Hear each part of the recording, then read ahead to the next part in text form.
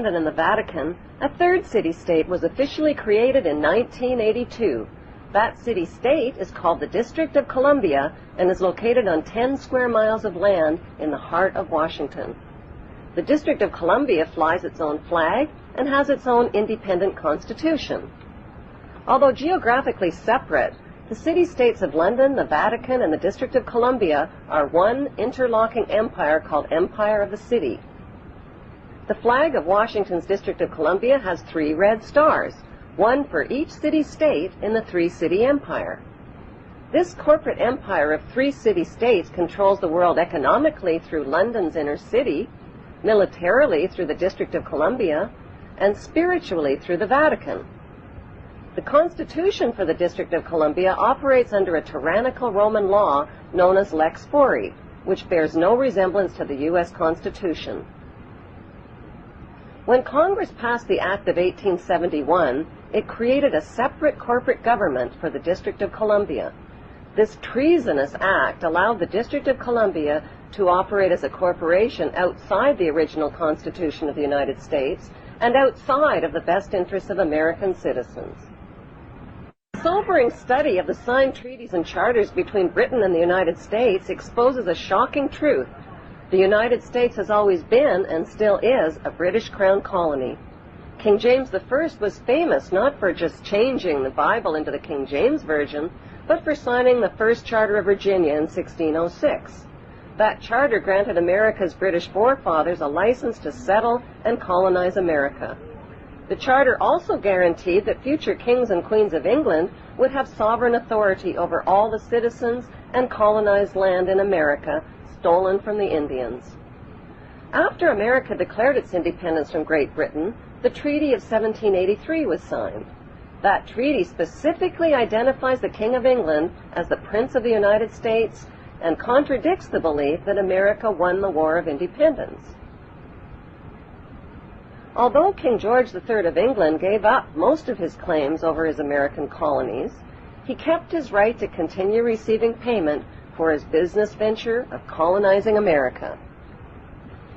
If America had really won the War of Independence, they would never have agreed to pay debts and reparations to the King of England.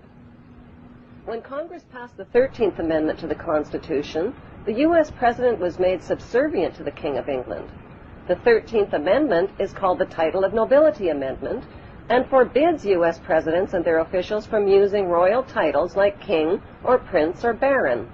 For some mysterious reason, the 13th Amendment, which was ratified in 1810, no longer appears on current copies of the Constitution.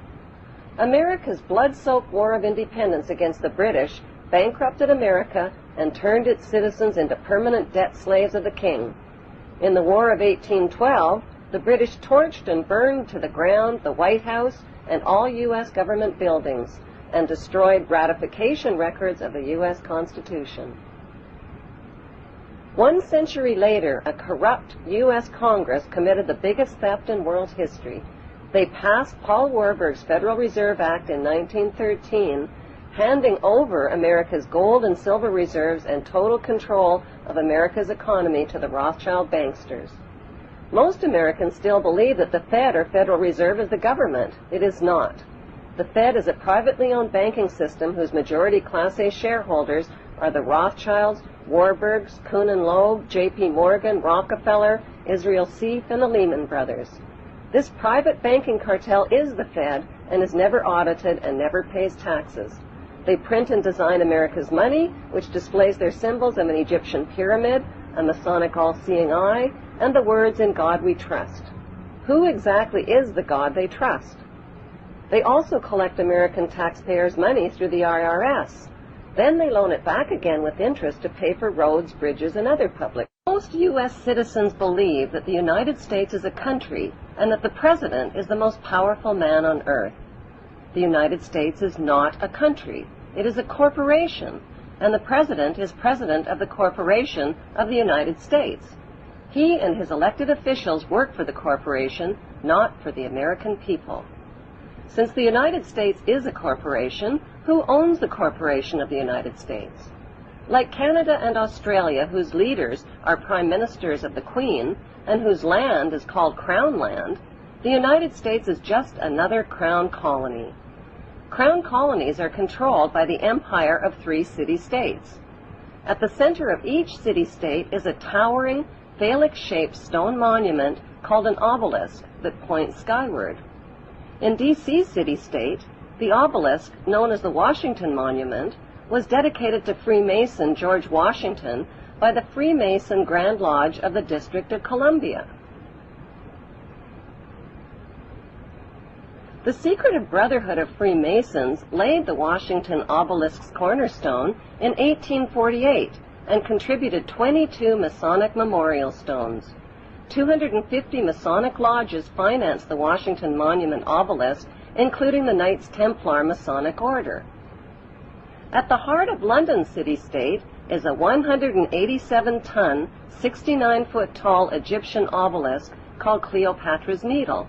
It was transported from Egypt and erected on the banks of the River Thames. In Vatican City, another Egyptian obelisk towers high above St. Peter's Square.